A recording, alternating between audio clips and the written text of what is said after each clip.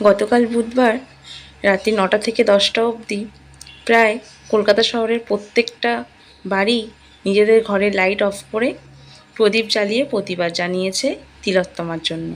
আমার 8 বছরের মেয়ে, সেও এইভাবে একটা ছবি এঁকে ইউটিউবে দেখছে, তো আসছে, দেখছে, আমাকে জিজ্ঞাসা করছে, মা এটা কি বলো। আমি আমার মতন করে ওকে বুঝিয়েছি।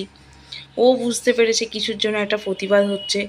প্রত্যেক বাচ্চারাই হয়তো বুঝতে পারছে। অনেক বাচ্চাকে দেখেছি যারা মিছিলে হেঁটেছে, কিন্তু আমার আরেকটা ছোট মেয়ে আছে 11 মাসের, ওই জন্য আমি ওকে নিয়ে কোনো প্রতিবাদ মিছিলে যেতে পারিনি।